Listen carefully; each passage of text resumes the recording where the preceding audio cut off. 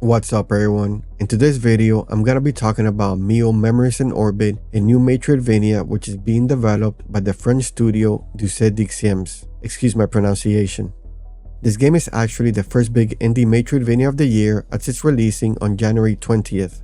Now I did some research regarding what this game has to offer, including the mechanics and the setting, also you guys can decide if this is a game that you'll be interested in.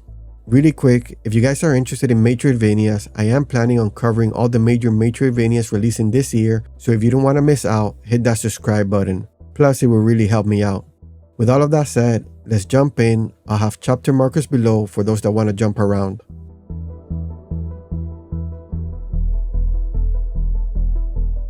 Alright, now let's dive deeper into the world itself.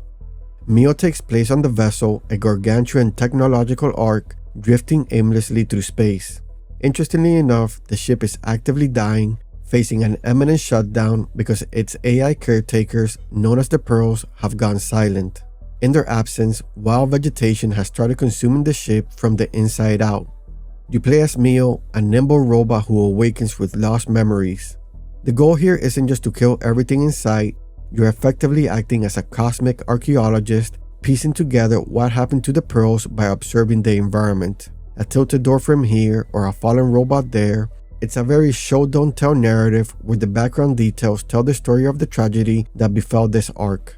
The developers describe the vessel as a true living organism with its own ecosystems and bestiaries. You'll navigate through diverse biomes like the industrial corridors characterized by cold, industrial light and rusted surfaces. You'll also explore the feral undergrowth where organic infestation is most severe. Even though plants have taken over, the enemies remain robotic, machines that have gone rogue in the chaos.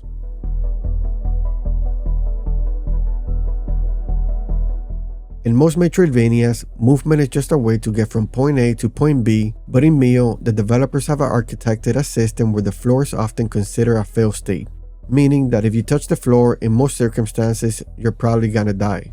The core of this is the Hairpin Grapple, tendrils that shoot out of MIO's head to tether onto crystals, surfaces, or even enemies. The cool thing about this is the reset mechanic. The hairpin cannot be used infinitely, you generally have to touch a wall or the ground before firing it again. You also have a spider-like wall cling, but unlike other Metroidvanias, this game uses stamina management. Your stamina gauge depletes while clinging, meaning you can't just cheese enemy AI by camping on a wall. You have to keep moving or slash restorative flowers mid-climb to stay vertical.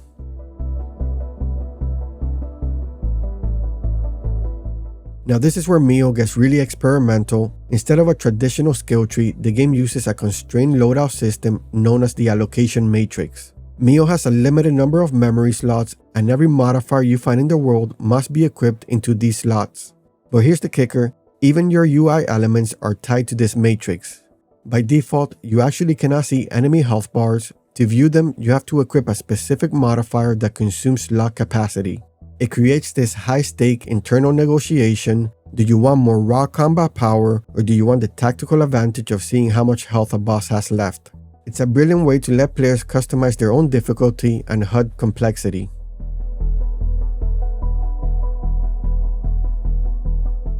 Now let's talk about the currency, which is called Nacre, or Mother of Pearl. It's harvested from defeated machines and salvaged scraps. Similar to a Souls game, if you die, you lose all of your unbanked liquid Nacre. You have to find these specific machines to crystallize it, which banks it permanently. This creates a brutal push your luck dynamic where Nacre isn't just for upgrades, you also use it to heal at specific platforms. So do you spend your precious Nacre to heal now, or do you risk pushing forward with low health to bank the currency later?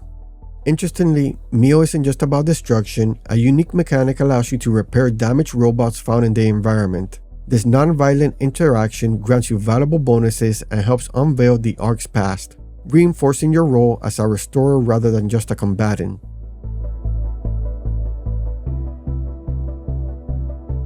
Speaking of combatants, combat in MIO is fast-paced and uses those same flow mechanics. You have melee strikes with your tendril arms and ranged projectiles called orbs. A standout feature is the ability to create decoy clones to draw enemy aggro, which adds a tactical layer of immersive sim thinking to the 2D plane.